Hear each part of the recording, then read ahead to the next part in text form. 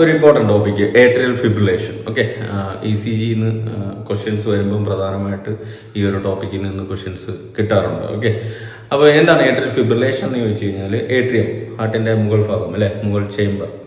അപ്പം ഈ ഏട്രിയത്തിൻ്റെ മയോകാർഡിയത്തിൽ SA നോഡിന്റെ കൺട്രോൾ നഷ്ടപ്പെട്ടിട്ട് എക്ടോപിക് ഫോക്കസിൽ നിന്ന് മൾട്ടിപ്പിൾ റാപ്പിഡ് ഇലക്ട്രിക്കൽ ഇമ്പൾസുകൾ ഡിസ്ചാർജ് ചെയ്യപ്പെടുന്നു. അതും ഡിസോർഗനൈസ്ഡ് ആയിട്ടുള്ള മാനർ, ഒട്ടും കൺട്രോൾ ഇല്ലാതെ ക്രമരഹിതമായിട്ട് ഇലക്ട്രിക്കൽ ഇമ്പൾസുകൾ ഡിസ്ചാർജ് ചെയ്യപ്പെടുന്നതും ഏകദേശം ഒരു 350-60 ഇടയ്ക്കൊക്കെ റേറ്റിൽ വരുമെന്ന് പറയുന്നത് ഒരു മിനിറ്റിൽ.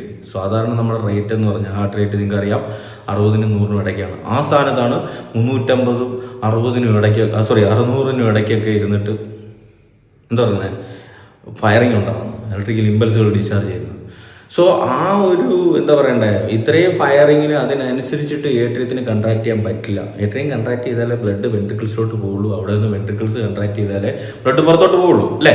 അപ്പോൾ ഏട്രിയം ഇത്രയധികം ഇമ്പൾസുകൾ കയറി വരുമ്പോഴത്തേക്ക് ഏട്രിയം ഇരുന്ന് വിറയ്ക്കും. ഓക്കെ, ഞാനെന്താ പറയുന്നത്, ഏട്രിയം ക്യൂവേഴ്സ് എന്ന് പറയും.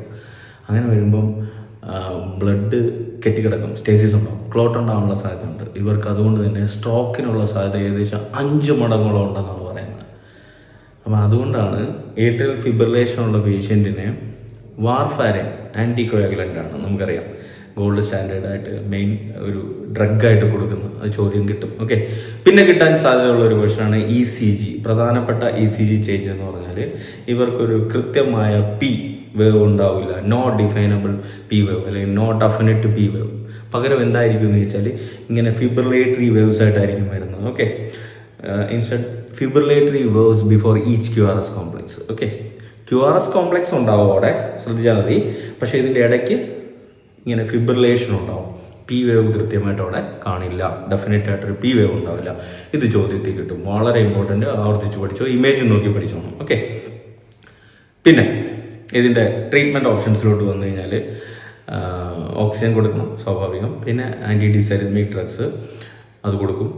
പ്രധാനമായിട്ട് ഇവർക്ക് ബീറ്റ ബ്ലോക്കേഴ്സും പിന്നെന്താണ് കാൽഷ്യം ചാനൽ ബ്ലോക്കേഴ്സും, മറ്റേ മെറ്റാപ്രോലോൾ, പിന്നെ വെറാപ്പാമിൽ, ഡിൽഷിയസും പോലുള്ള ഡ്രഗ്സൊക്കെയാണ് ഓപ്ഷൻസ് കൊടുക്കുന്നത്. കാര്യം എന്ന് വെച്ചാൽ റേറ്റ് കുറയ്ക്കാൻ വേണ്ടിയിട്ട്, റിതം കൺട്രോൾ ചെയ്യാൻ വേണ്ടിയിട്ട് ആൻറ്റി ഡിസൈറിത്മിക് ഡ്രഗ്സ്, അമ്യൂഡറോൺ പോലുള്ള ഡ്രഗ്സും യൂസ് ചെയ്യാറുണ്ട്.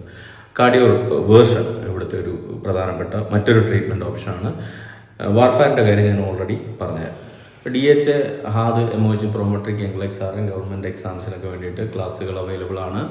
നഴ്സിംഗ് ഫ്ലീസ് ലെക്ചേഴ്സ് ആപ്പിലും വെബ്സൈറ്റിലും. കൂടുതൽ കാര്യങ്ങൾ അറിയാൻ വേണ്ടിയിട്ട് ഞാൻ നമ്പർ കൊടുത്തിട്ടുണ്ട്, അതിലോട്ട് കോൺടാക്ട് ചെയ്യാം.